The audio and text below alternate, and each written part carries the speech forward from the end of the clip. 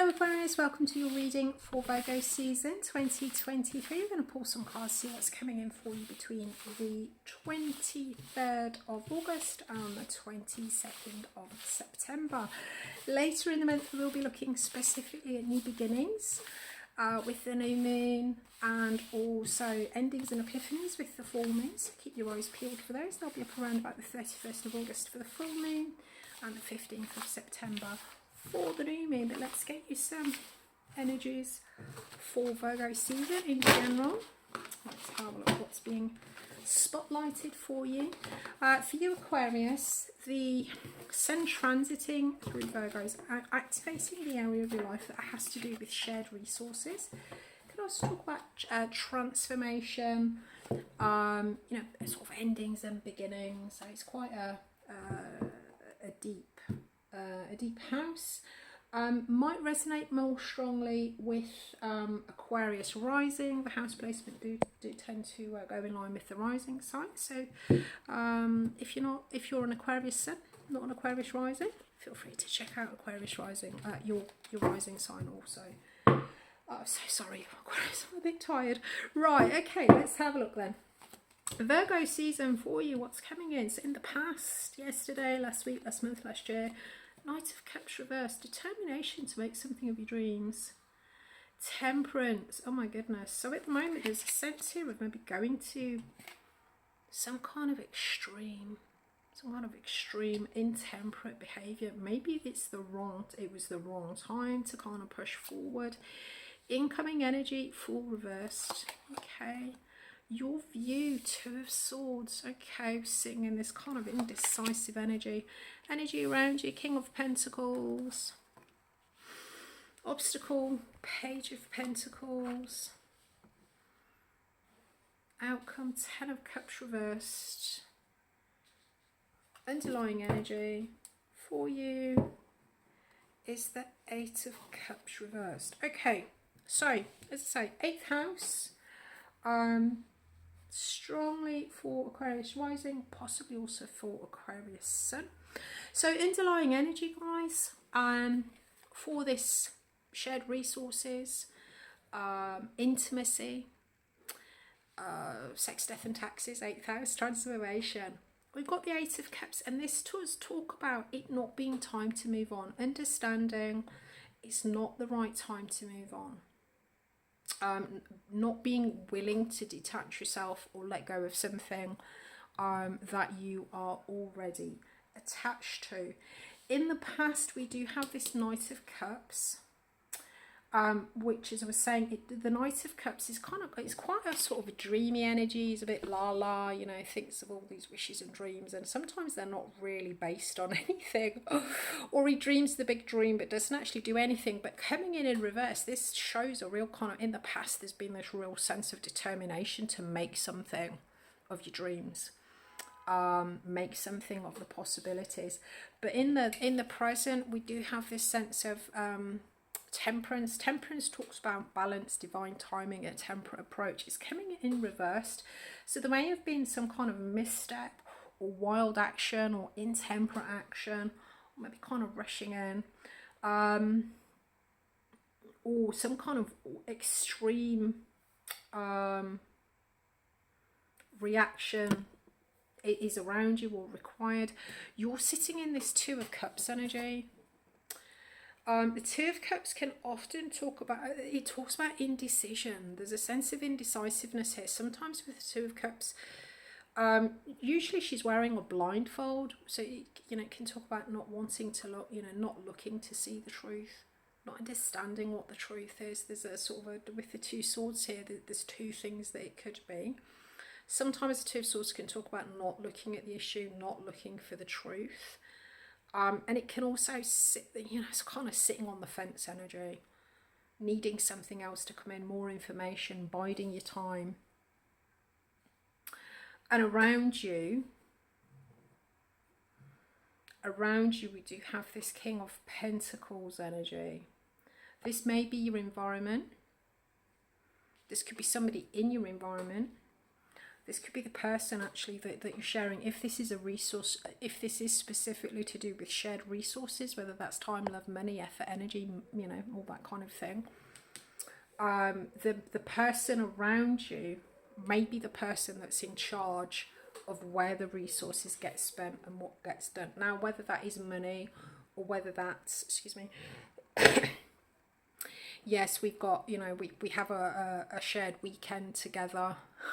He's in charge of, oh, this person, not necessarily male, but, you know, it's the other person that's in charge of how you spend your time, how you spend your money, where the effort goes, you know, it's that kind of thing. So in your environment, it seems to me that maybe the King of Pentacles, your environment seems to be kind of pushing or dictating in some way what you do with your resources, these shared resources, shared time, shared space, shared, you know, love, money, whatever. Because there has been, or that there is, you know, an expectation here of success, of prestige. So you've pushed forward, been really determined, and you're sitting here now thinking, oh, hang on a minute, you know, this is maybe got a little bit out of kilter. Maybe I don't want to push forward. Maybe I don't want to leave behind what it is that I'm pushing forward from. We've maybe gone a little bit further. We've maybe gone a little bit further than we should have. And I'm not actually willing to let go or to move on yet.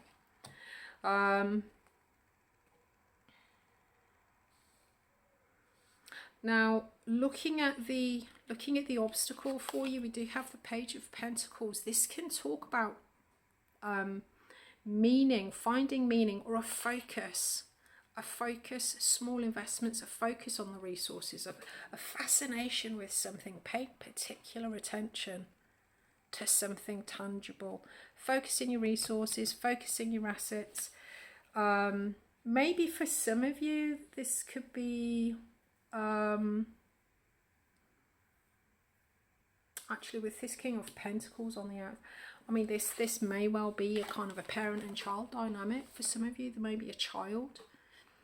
That could be an obstacle somehow here. That's causing this sort of intemperate approach, maybe a shared, you know, sort of a shared child. It can also talk about,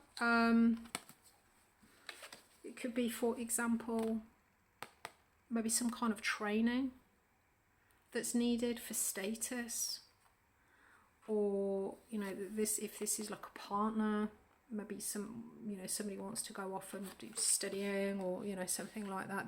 There's an obstacle here about focus, meaningful work, meaningful focus. Now, I do feel, looking at the outcome here, we've got the Ten of Cups reversed. We'll get you some clarifiers for this. We'll get you some clarifiers for this page obstacle, actually. I think that's really quite important. Actually, the incoming energy that we've got, this meant for you, we've got the Fool reversed, and the Fool reversed talks about failing to follow instincts, failing to take that leap of faith, take the opportunity at the right time. You know, following your gut, taking the opportunity when it's there. And the outcome that we have here is the Ten of Cups reversed. And this talks about a situation that may have been, it can be a family dynamic, something that was long-term, a lot of happiness in that. But with the Ten of Cups, I think whatever this failure to follow through, looks like you're undecided about it. You're sitting there undecided. Looks like there's another person here who's maybe more in charge of the resources, the money. Something has happened. There's been some kind of extreme or wild action. You're sitting there thinking, I'm not sure, I don't know. You know, he's pushing me to do this. I don't know that I want to do this. And then there's this failure to follow through, and it all kind of implodes. Because you're not willing to let go or to move on. I think this feels to me Like this King of Pentacles is the one that's kind of pushing for success, pushing for resources, pushing for mastery of the resources, you know, pushing for control. And because you're sitting there thinking, well, I need more information, I'm not sure, you know, I'm not sure that this is the right thing to do, tell me more, give me more information, what's going on. You're not, you know, there is a sense of not taking the opportunity, not following your instincts. And I feel that this, you don't want to move on, you don't want to let go, you don't want to detach. And this is actually having a consequence here with it. The Ten of Cups is often the family dynamic. It can bring in difficulties with that. Let's have a look at this Page of Pentacles energy. What is this obstacle?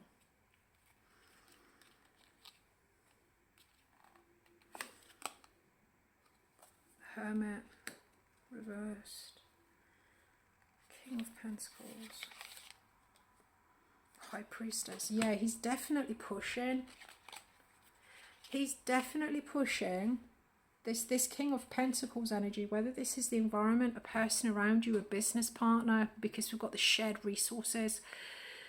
This person is definitely pushing for action, and you are not happy about it. You're kind of sitting there and I'm not sure. There is, with this Hermit reversed, this can come through as a sort of a fear or a phobia. I don't think whatever it is this other energy is pushing for, I don't think that you're fully on board with it. You're kind of digging your heels in. Don't want to let go, don't want to move on. And this is causing, yeah, I've got the Knight of Swords underlying. This talks about a rash, you know, kind of rushing in without thinking things through. Eight of Cups, Ten of Cups reversed, Ten of Pentacles. Yeah.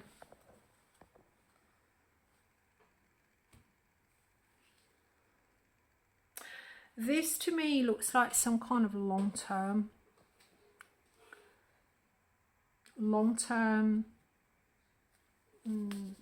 this is, you know, the Ten of Pentacles is like a long-term investment, long-term situation, something that's been invested in quite heavily. Talk about long-term growth, abundance. So, I mean, for some of you with the shared resources, this could be some kind of investment, you know, an argument about where to put your money, what to invest in, what it is that's going to bring about this long-term, you know, this longevity. Whether this is shared resources with regards to a romantic partnership, a business partnership, taxes, that kind of thing. I think it may, this sense of, this really does feel like a bit of a,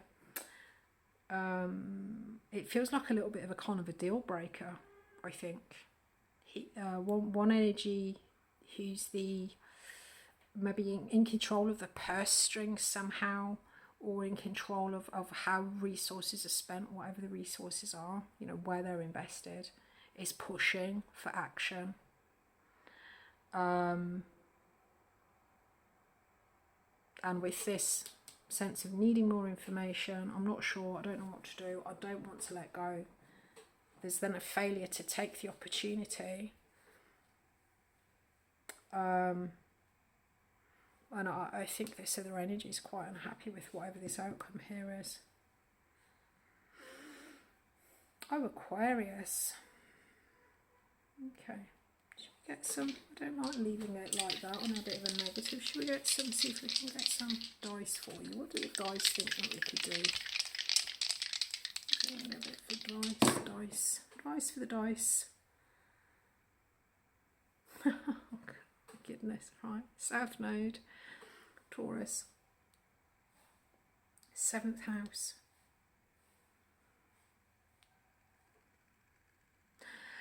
Right, interestingly, so South Node talks about, you know, the past, talks about the things that you've always done. Taurus does talk about long-term stability, building for the growth, and 7th house talks about contracts, one-to-one commitments.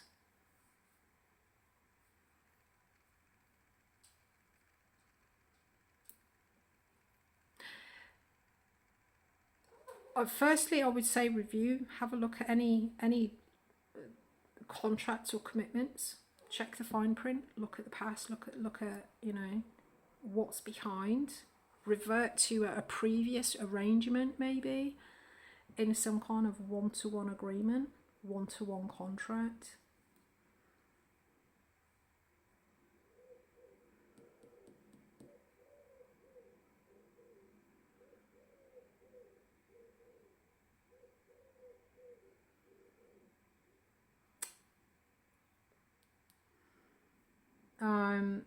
Sorry, I'm just having a look. And there's also a sense of sticking to the status quo with this Taurus energy, stable earth, fixed earth, 7th house, commitments. With this south node, often the south node is a sense of transcending, you know, transcending the past. But I think that with this, the advice of what to do with this Taurus energy, 7th house, I think this is stick to any contract. If there's any kind of contract or commitment, stick to that. If that's what you feel comfortable with. Okay. Right.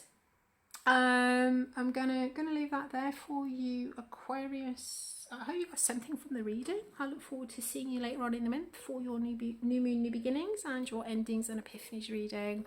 Have an amazing season. I look forward to seeing you again soon.